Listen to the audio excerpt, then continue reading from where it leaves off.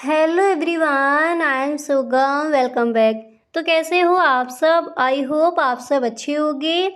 स्वागत है आप सभी का आपके अपने एसपी स्टडी यूट्यूब चैनल पर। तो गाइस, आज हम आपके लिए इस वीडियो में कुछ इंग्लिश कन्वर्सेशन सेंटेंसेस लेकर आए हैं। ओके, तो आप वीडियो में एंड तक बने रहे। वीडियो को आपको बिल्कुल भी स्किप नहीं करना है, ठीक है।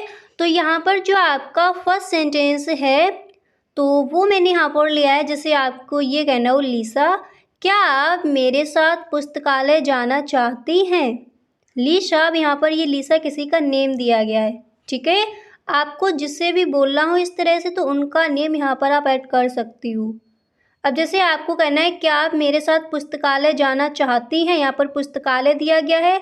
अगर आपको इस तरह से कहना हो क्या आप मेरे साथ मार्केट जाना चाहती हैं, तो लाइब्रेरी की जगह आप अपना मार्केट यूज़ कर सकते हो यहाँ पर। ओके, तो यहाँ पर जो आपका फर्स्ट सेंटेंस है वो यहाँ पर दिया गया कि लीसा क्या आप मेरे साथ पुस्तकालय जाना चाहती हैं। तो इस सेंटेंस को हम इंग्लिश में कहेंगे, Lisa would you like to go to the library with me?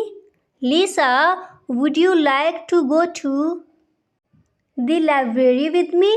Lisa क्या आप मेरे साथ पुस्तकालय जाना चाहती हैं? अब यहाँ पर जैसे आपको ये कहना है, लीसा क्या आप मेरे साथ कॉलेज आना चाहती हैं? आप इस सेंटेंस को इंग्लिश में कहोगे, Lisa would you like to go to the college with me? Would you like to go to college with me? क्या आप मेरे साथ कॉलेज आना चाहती हैं? अब जैसे आपको यहाँ पर ये कहना हो, कशिश क्या आप मेरे साथ बाज़ार जाना चाहती हैं? अगर इस तरह से आपको कहना है तब आप इस सेंटेंस को इंग्लिश में कहोगे, Kashish would you like to go to the market with me? Would you like to go to the market with me? क्या आप मेरे साथ बाज़ार जाना चाहती हैं? ओके, इस तरह से हम इस सेंटेंस को इंग्लिश में कहेंगे। अब जहाँ भी आपको जाना है वो प्लेस अपने यहाँ पर आप रख सकती हो।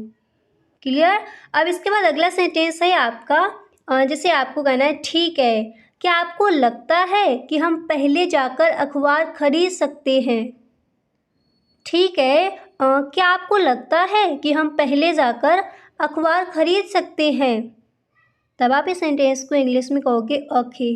ठीक है, okay, do you think we can go buy a newspaper first? क्या आपको लगता है, डू यू थिंक, फिर आपको कहना हो कि हम पहले जाकर अखबार खरीद सकते हैं। तब आप इस सेंटेंस को इंग्लिश में कहोगे, can go buy a newspaper first. अगर आपको ये कहना है, ठीक है कि आपको लगता है कि हम पहले जाकर बुक खरीद सकते हैं, तब आप इस सेंटेंस को इंग्लिश में कहोगे, okay. Do you think we can go buy a book first? यानी जो भी आपको ख़रीदना है वो यहाँ पर आप अपना रख सकती हो। अगर आपको इस तरह से ही कहना हो, ठीक है क्या आपको लगता है कि हम पहले जाकर अखबार खरीद सकते हैं, तब आप इस सेंटेंस को इंग्लिश में कहोगे, okay do you think we can go buy a newspaper first? Clear? इस तरह से हम इस सेंटेंस को इंग्लिश में कहेंगे। अब इस पर लिसा रिप्लाई देती है, बिल्कुल, पहले हम जाकर अखबार खरीदेंगे और फिर हम पुस्तकालय जाएंगे। बिल्कुल, अगर आपको इस तरह से किसी से कहना हो, बिल्कुल पहले हम जाकर अखबार खरीदेंगे और फिर हम पुस्तकालय जाएंगे, तो आप इस सेंटेंस को इंग्लिश में कहोगे, श्योर। बिल्कुल, sure, first will go buy a newspaper and then will go to the library. अब आपको जैसे ये कहना हो, पहले हम जाकर बुक खरीदेंगे और फिर मार्केट जाएंगे, या फिर आपको पुस्तकालय ही कहना है तो यहाँ पर आप वो रख सकती हो। अगर आपको ये कहना है, पहले हम जाकर बैग खरीदेंगे और फिर मार्केट जाएंगे, तो आप इस सेंटेंस को इंग्लिश में कहोगे, पहले आपको कहना बिल्कुल, तब आप इसको इंग्लिश में कहोगे, sure, first will go buy a bag and then will go to the market. बिल्कुल, पहले हम जाकर बैग खरीदेंगे और फिर मार्केट जाएंगे। अगर आपको ये कहना है, पहले हम जाकर अखबार खरीदेंगे और फिर पुस्तकालय जाएंगे, तब आप इस सेंटेंस को इंग्लिश में इस तरह से ही कहोगे, sure, first will go buy a newspaper and then will go to the library. Clear. इस तरह से हम इन सेंटेंसेस को इंग्लिश में कहेंगे। अब इसके बाद अगला सेंटेंस है आपका, जैसे आपको ये कहना हो, क्या हम पैदल चलने जा रहे हैं या गाड़ी चलाकर। इस तरह से अगर आपको कहना है क्या हम पैदल चलने जा रहे हैं या गाड़ी चलाकर, तो आप इस सेंटेंस को इंग्लिश में कहोगे are we going to work और drive. Are we going to work और ड्राइव। क्या हम पैदल चलने जा रहे हैं या गाड़ी चलाकर। क्या बोला जाएगा इंग्लिश में, आप इस सेंटेंस को इंग्लिश में कहोगे are you going to work और drive. Are you going to work और ड्राइव। क्या हम पैदल चलने जा रहे हैं या गाड़ी चलाकर। ओके, इस तरह से हम इस सेंटेंस को इंग्लिश में कहेंगे। अब इसके बाद अगला सेंटेंस है आपका, जैसे आपको कहना है आज मौसम बहुत अच्छा है, पैदल चलते हैं। आज मौसम बहुत अच्छा है, पैदल चलते हैं। तो आप इस सेंटेंस को इंग्लिश में कहोगे the weather is really nice today. The weather is really nice today. फिर आपको कहना है पैदल चलते हैं। आप इस सेंटेंस को इंग्लिश में कहोगे लेट्स वॉक। लेट्स वॉक, पैदल चलते हैं, पैदल वॉक करते हैं। ओके, तो अगर आपको सिर्फ इतना कहना हो आज मौसम बहुत अच्छा है, तो आप इस सेंटेंस को इंग्लिश में कहोगे the weather is really nice today. The weather is really nice today. आज मौसम बहुत अच्छा है। अगर आपको ये कहना है आज मौसम बहुत ख़राब है, आप इंग्लिश में कहोगे the weather is very wet today. The weather is very wet today. आज मौसम बहुत ख़राब है। और जब भी आपको इस तरह से कहना हो आज मौसम बहुत अच्छा है, पैदल चलते हैं, आप इस सेंटेंस को इंग्लिश में कहोगे the weather is really nice today, let's walk. Clear. इस तरह से हम इस सेंटेंस को इंग्लिश में कहेंगे। ओके, अब इसके बाद जो आपका अगला सेंटेंस है तो वो मैंने यहाँ पर लिया है, जैसे आपको ये कहना है अब मौसम अच्छा है लेकिन मुझे लगता है कि दोपहर को बारिश होने की संभावना है। अब मौसम अच्छा है लेकिन मुझे लगता है कि दोपहर को बारिश होने की संभावना है। तब आप इस सेंटेंस को इंग्लिश में कहोगे the weather is good now but I think it's suppose the rain this afternoon. आपको सिर्फ इतना कहना है अब मौसम अच्छा है, तो आप इस सेंटेंस को इंग्लिश में कहोगे the weather is good now. The weather is good now, अब मौसम अच्छा है।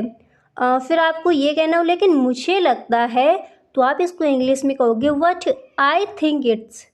What I think. फिर आपको कहना हो कि दोपहर को बारिश होने की संभावना है, आप इंग्लिश में कहोगे it's suppose to rain this afternoon. It's suppose to rain this afternoon.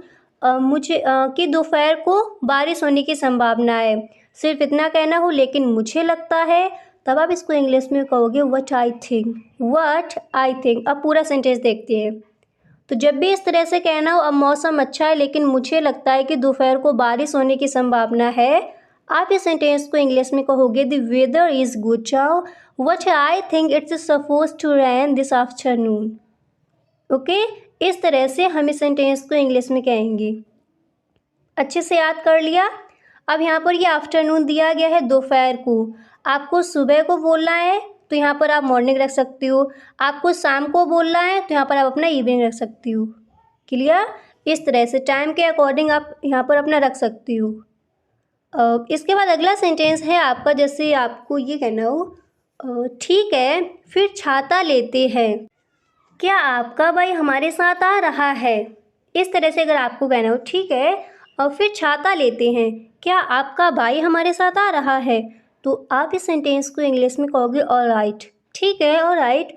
फिर आपको कहना हो फिर छाता लेते हैं, सिर्फ इतना कहना हो फिर छाता लेते हैं, तब आप इस सेंटेंस को इंग्लिश में कहोगे then let's take an umbrella. Then let's take an umbrella, फिर छाता लेते हैं। और अगर आपको ये पूछना हो क्या आपका भाई हमारे साथ आ रहा है, तब आप इस सेंटेंस को इंग्लिश में कहोगे is your brother coming with अस।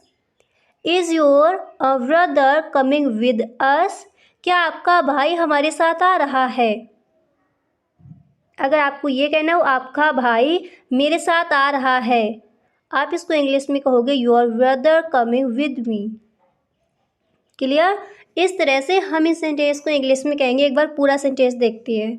तो जब भी इस तरह से कहना हो ठीक है, फिर छाता लेते हैं कि आपका भाई या फिर क्या आपके पिताजी हमारे साथ आ रही है, तो आप इस सेंटेंस को इंग्लिश में कहोगे alright then it's take an umbrella it's your brother coming with us, या फिर is your brother is your father coming with अस।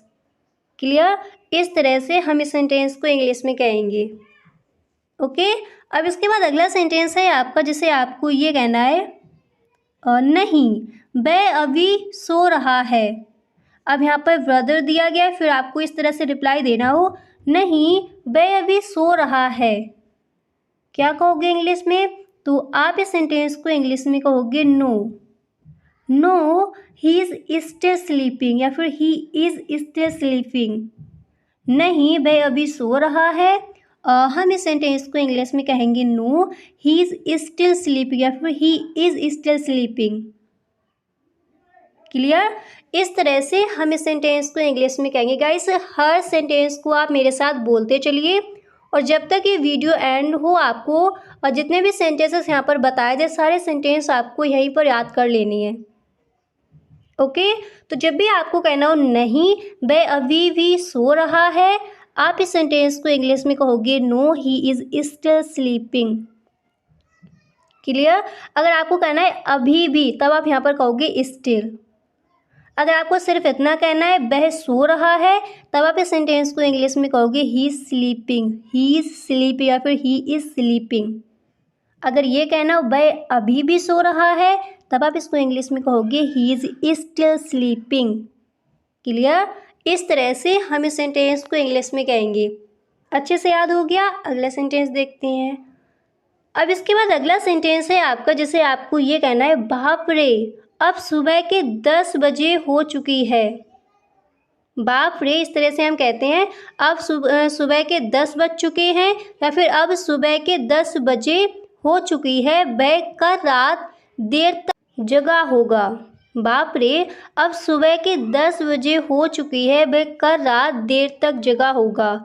अगर इस तरह से आपको कहना है तब, तो इसको आप इंग्लिश में कहोगे वाव रे wow it's already 10 AM। He must have been up late last night. अब देखिए, जैसे आपको सिर्फ इतना कहना हो वह कल रात देर तक जागा होगा, तो आप इसको इंग्लिश में कहोगे he must have been up late last night. Okay, इस तरह से आप इसको इंग्लिश में कहोगे। और आपको सिर्फ इतना कहना है अब सुबह के 10 बज चुके हैं, तब आप इसको इंग्लिश में कहोगे it's already 10 AM। It's already 10 AM। अब सुबह के 10 बज चुके हैं। पूरा सेंटेंस देखते हैं। तो जब भी कहना हो बाप रे अब सुबह के 10 बज चुके हैं, या फिर अब सुबह के 10 बजे हो चुकी है, वह कल रात देर तक जागा होगा, आप इस सेंटेंस को इंग्लिश में कहोगे wow it's already 10 AM he must have been up late last night. Okay, इस तरह से आप इस सेंटेंस को इंग्लिश में कहोगे। क्लियर? अच्छे से याद हो गया? अगला सेंटेंस देखते हैं। अब जैसे आपको ये कहना हो हाँ वह सुबह 12 बजे तक घर वापस नहीं आया। हाँ वह सुबह 12 बजे तक घर वापस नहीं आया, तो आप इस सेंटेंस को इंग्लिश में कहोगे या he didn't come home until 12 AM। या he didn't come home until 12 AM। हाँ वह सुबह 12 बजे तक घर वापस नहीं आया। ओके, इस तरह से हम इस सेंटेंस को इंग्लिश में कहेंगे। अब इसके बाद अगला सेंटेंस है आपका, जिसे आपको ये कहना हो मुझे आशा है कि वह बाद में आ सकेगा। इस तरह से अगर आपको कहना हो मुझे आशा है कि वह बाद में आ सकेगा, तब आप इस सेंटेंस को इंग्लिश में कहोगे I hope he can come later. I hope he can come later. मुझे आशा है। अगर आपको सिर्फ इतना कहना है मुझे आशा है, आप इंग्लिश में कहोगे आई होप। आपको कहना है कि वह बाद में आ सकेगा, सिर्फ इतना कहना हो कि वह बाद में आ सकेगा, तब आप इस सेंटेंस को इंग्लिश में कहोगे he can come later. He can come later कि वह बाद में आ सकेगा या फिर वह बाद में आ सकता है। तो क्या कहोगे इंग्लिश में? He can come later. Okay, इस तरह से हम इन सेंटेंसेस को इंग्लिश में कहेंगे। अब इसके बाद जो आपका अगला सेंटेंस है तो वो मैंने यहाँ पर लिया है, जिससे आपको ये कहना हो मुझे भी वही आशा है, हम जब वहाँ पहुँचेंगे मैं उसे बुलाऊंगी। ओके, इस तरह से अगर आपको कहना है तब आप इस सेंटेंस को इंग्लिश में कहोगे आई होप सो टू। मुझे भी वही आशा है। क्या कहेंगे? I hope so too. फिर आपको कहना है जब हम वहाँ पहुँचेंगे मैं उसे बुलाऊंगी या फिर बुला लूँगी। तब आप इस सेंटेंस को इंग्लिश में कहोगे I will give him a call when we get there. यानी हम जब वहाँ पहुँचेंगे मैं उसे बुलाऊंगी। क्या कहेंगे इंग्लिश में? हम इस सेंटेंस को इंग्लिश में कहेंगे I will give him a call when we get there.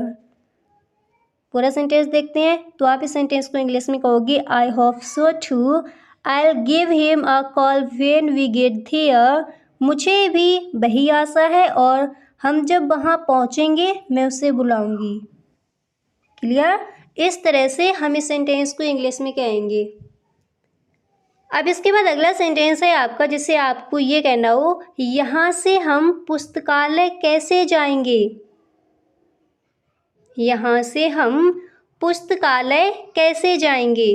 अगर इस तरह से आपको बोलना है तब आप इस सेंटेंस को इंग्लिश में कहोगे how to be get to the library from here. How to be get to the library from here. यहाँ से हम पुस्तकालय कैसे जाएंगे। क्या बोलोगे इंग्लिश में? आप इस सेंटेंस को इंग्लिश में कहोगे how to be get to the library from here.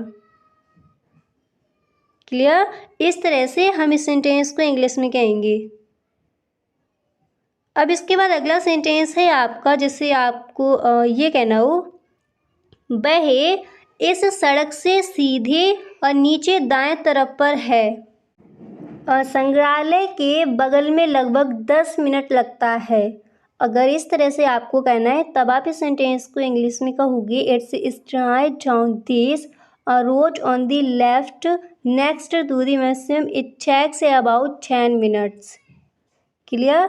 इस तरह से आप इस सेंटेंस को इंग्लिश में कहोगे। तो जब भी आपको कहना हो वह इस सड़क से सीधे और नीचे दाएं तरफ पर है, आप इस सेंटेंस को इंग्लिश में कहोगे it's straight down this road on the left. फिर आपको कहना है संग्रहालय के बगल में लगभग 10 मिनट लगता है। आप इस सेंटेंस को इंग्लिश में कहोगे next to the museum it takes about 10 minutes. लगभग 10 मिनट लगता है। ओके, इस तरह से हम इस सेंटेंस को इंग्लिश में कहेंगे। अच्छे से याद हो गया? अगला सेंटेंस देखते हैं। अब इसके बाद नेक्स्ट है जैसे आपको किसी से ये कहना हो आप इंग्लिश सीखना कब शुरू करेंगे। और अक्सर इस सेंटेंस को हम किसी न किसी के साथ बोलते ही हैं। तो जब भी आपको कहना हो आप इंग्लिश सीखना कब शुरू करेंगे, तो आप इस सेंटेंस को इंग्लिश में कहोगे when will you start learning English. When will you start learning English.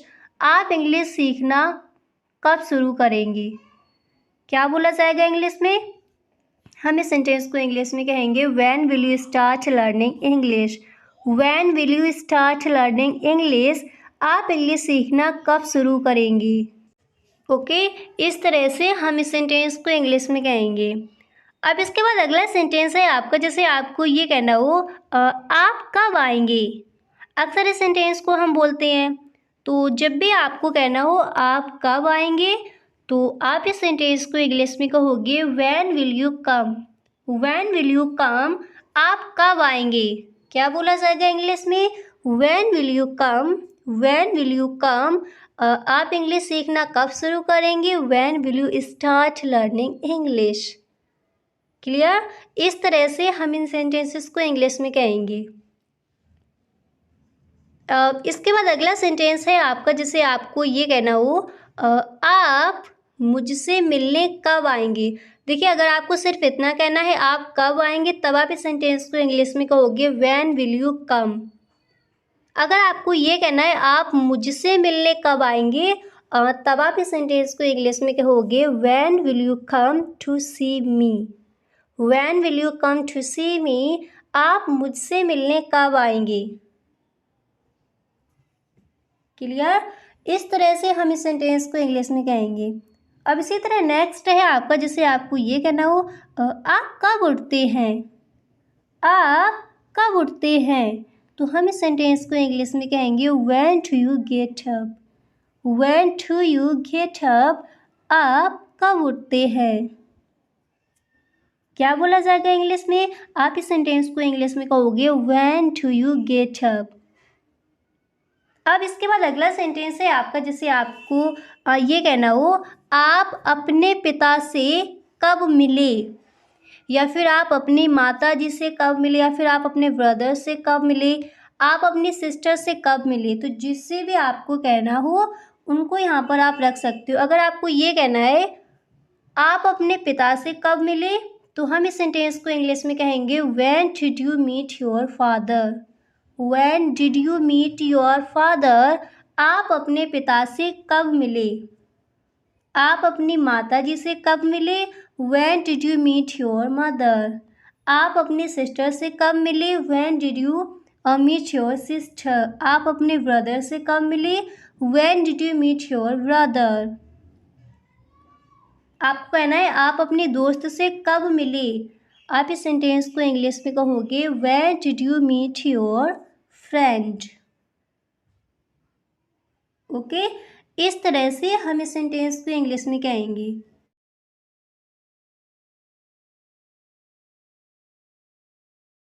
वो मैंने यहाँ पर लिया है, जिसे आपको ये कहना हो कोमल आपको फिर देखकर खुशी हुई। जैसे कोई फ्रेंड्स आपके घर आया, या फिर किसी से भी आपको इस तरह से कहना हो आपको फिर देखकर खुशी हुई, तो आप इस सेंटेंस को इंग्लिश में कहोगे good to see you again. Good to see you again, आपको फिर देखकर खुशी हुई। अब जैसे आपको किसी का नेम लेकर बोलना है, तो जैसे मैंने यहाँ पर नेम लिया है कोमल, तो जिसका भी आपको नेम लेना है उनका आप यहाँ पर ले सकते हो। तो जैसे मैंने यहाँ पर नेम लिया कोमल, कोमल आपको देखकर खुशी हुई, तो हम इस सेंटेंस को इंग्लिश में कहेंगे Komal good to see you again. Good to see you again, Komal आपको फिर देखकर खुशी हुई। ओके, इस तरह से हम इस सेंटेंस को इंग्लिश में कहेंगे। इसके बाद अगला सेंटेंस है आपका, जैसे आपको कहना हो आप कैसी रही हैं। आप कैसी रही हैं, आप इस सेंटेंस को इंग्लिश में कहोगे how have you been. How have you been, आप कैसी रही हैं। और जैसे आपसे किसी ने बोला हाउ हैव यू बीन, और आपको इस तरह से रिप्लाई देना हो ठीक, लेकिन मैं कल रात बहुत सोई नहीं, मैं एक परीक्षा के लिए पढ़ने के लिए सुबह 2 बजे तक जागती रही। इस तरह से अगर आपको रिप्लाई देना है ठीक हूँ या फिर ठीक, लेकिन मैं कल रात बहुत सोई नहीं, मैं एक परीक्षा के लिए पढ़ने के लिए सुबह 2 बजे तक जागती रही। अगर इस तरह से आपको कहना है, तब आप इस सेंटेंस को इंग्लिश में कहोगे ओके या फिर ऑलराइट। फिर आपको इस तरह से कहना हो लेकिन मैं कल रात बहुत सोई नहीं, तो आप इस सेंटेंस को इंग्लिश में कहोगे I didn't sleep much last night too. फिर आपको ये कहना हो मैं एक परीक्षा के लिए पढ़ने के लिए सुबह 2 बजे तक जागती रही, आप इस सेंटेंस को इंग्लिश में कहोगे I stayed up until 2 AM standing for an exam. मैं एक परीक्षा के लिए पढ़ने के लिए सुबह 2 बजे तक जागती रही। ओके, इस तरह से हम इस सेंटेंस को इंग्लिश में कहेंगे। अब इसके बाद अगला सेंटेंस है आपका, जिससे आपको ये कहना हो मैं भी कल रात देर तक जागता रहा, सेमेस्टर ज़्यादातर पूरा हो गया, पूरे हफ्ते मेरी परीक्षा रही। इस तरह से आपको रिप्लाई अगर देना है, तो आप इस सेंटेंस को इंग्लिश में कहोगे I was up late last night too. I was up late last night too. फिर आपको ये कहना है सेमेस्टर ज़्यादातर पूरा हो गया पूरे हफ्ते मेरी परीक्षा रही, तब आप इस सेंटेंस को इंग्लिश में कहोगे the semester is almost over, I have had exams all were. Okay, इस तरह से आप इस सेंटेंस को इंग्लिश में कहोगे I was up late last night too, the semester is almost over, I have had exams all week. मैं भी कल रात देर तक जागता रहा, सेमेस्टर ज़्यादातर पूरा हो गया, पूरे हफ्ते मेरी परीक्षा रही। क्लियर? तो इस तरह से हम इस सेंटेंस को इंग्लिश में कहेंगे। ओके, अब इसके बाद जो आपका अगला सेंटेंस है तो वो मैंने यहाँ पर लिया है, जिससे आपको ये कहना हो क्या आप विवाह करने के बाद कैलिफोर्निया वापस जा रहे हैं? क्या आप विवाह करने के बाद कैलिफोर्निया वापस जा रहे हैं? तो आप इस सेंटेंस को इंग्लिश में कहोगे are you going back? Are you going back to California after you graduate? Are you going back to California after you graduate? क्या आप विवाह करने के बाद कैलिफोर्निया वापस जा रहे हैं? क्या कहेंगे इंग्लिश में? मेरे साथ बोलिए, हम इस सेंटेंस को इंग्लिश में कहेंगे are you going back to California after you graduate. Clear? इस तरह से हम इस सेंटेंस को इंग्लिश में कहेंगे। अब जैसे आपको ये कहना हो मुझे लगता है विवाह करने के बाद मैं शायद घर वापस जाकर एक नौकरी मिलने की कोशिश करूँगा।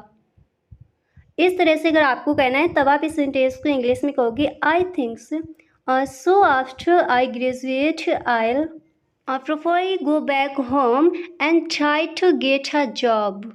मुझे लगता है आई थिंक्स सो। आपको इस तरह से कहना हो मुझे लगता है विवाह करने के बाद मैं शायद घर वापस जाकर एक नौकरी मिलने की कोशिश करूँगा। तो आप इस सेंटेंस को इंग्लिश में कहोगे I thinks so after I graduate I probably go back home and try to get a job. यानी मुझे लगता है विवाह करने के बाद मैं शायद घर वापस जाकर एक नौकरी मिलने की कोशिश करूँगा, ट्राई करूँगा। ओके, इस तरह से हम इस सेंटेंस को इंग्लिश में कहेंगे। अब जैसे आपको किसी से कहना हो आप यहाँ क्यों आए हैं? आप यहाँ क्यों आए हैं? तो आप इस सेंटेंस को इंग्लिश में कहोगे why have you come here?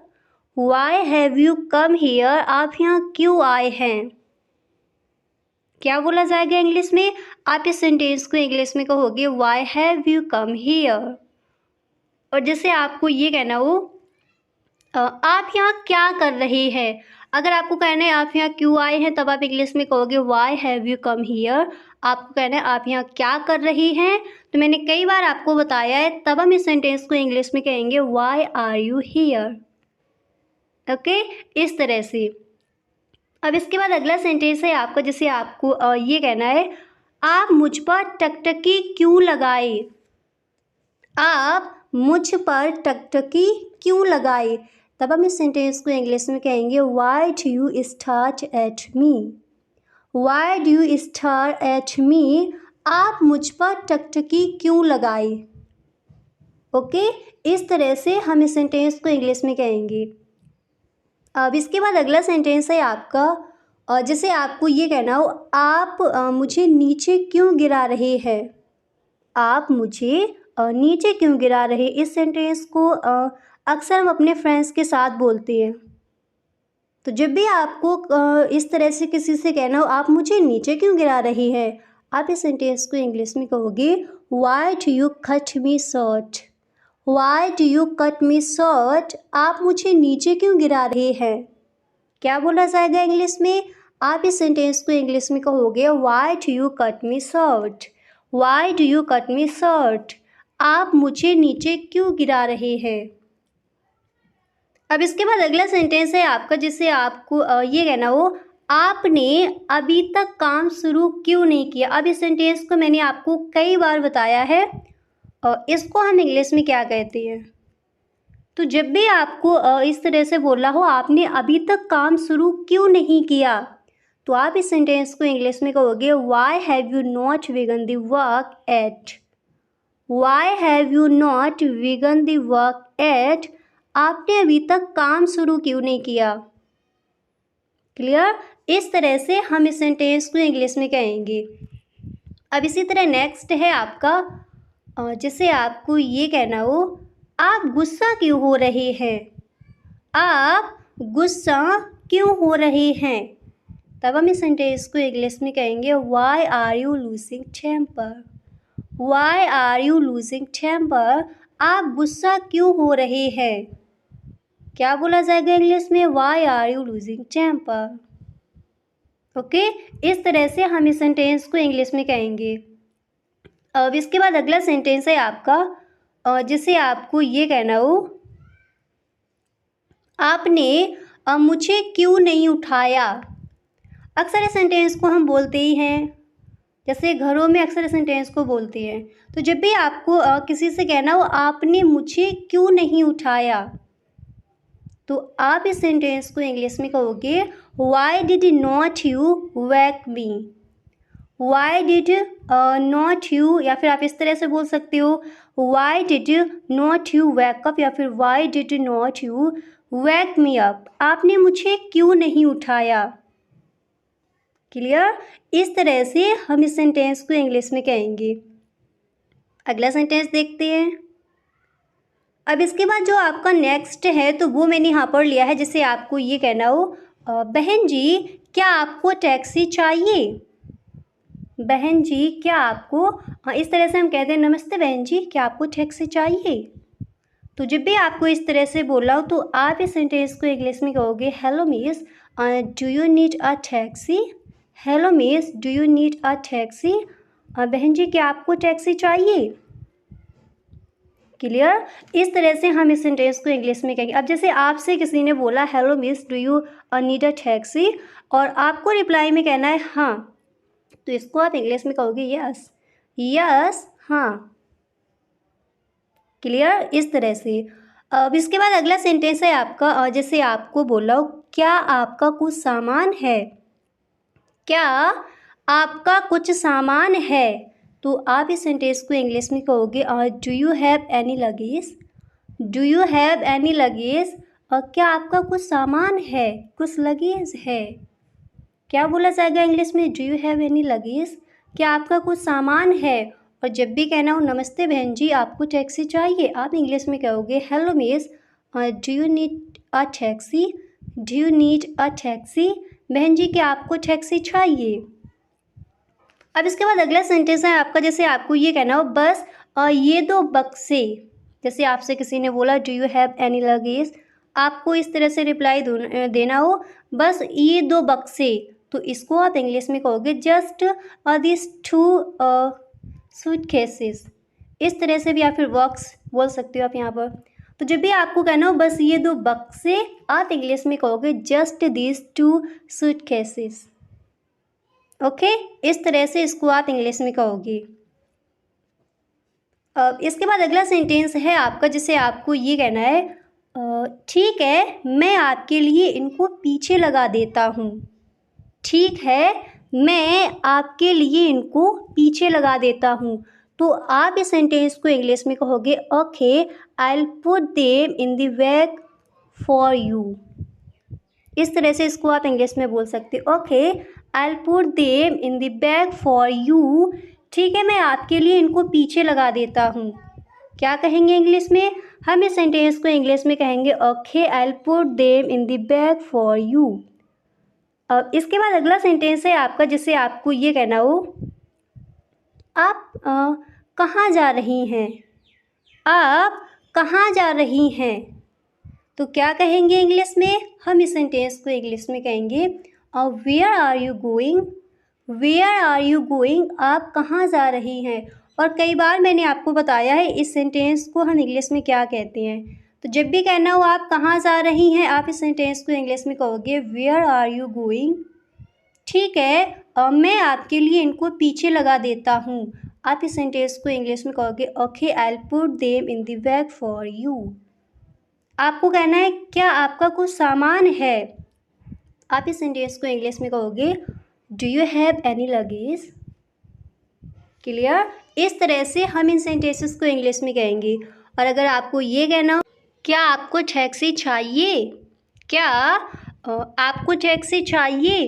तो आप इस सेंटेंस को इंग्लिश में कहोगे do you need a taxi. आपको अगर ये कहना है क्या आपको पैसे चाहिए, तब आप इंग्लिश में कहोगे do you need a money.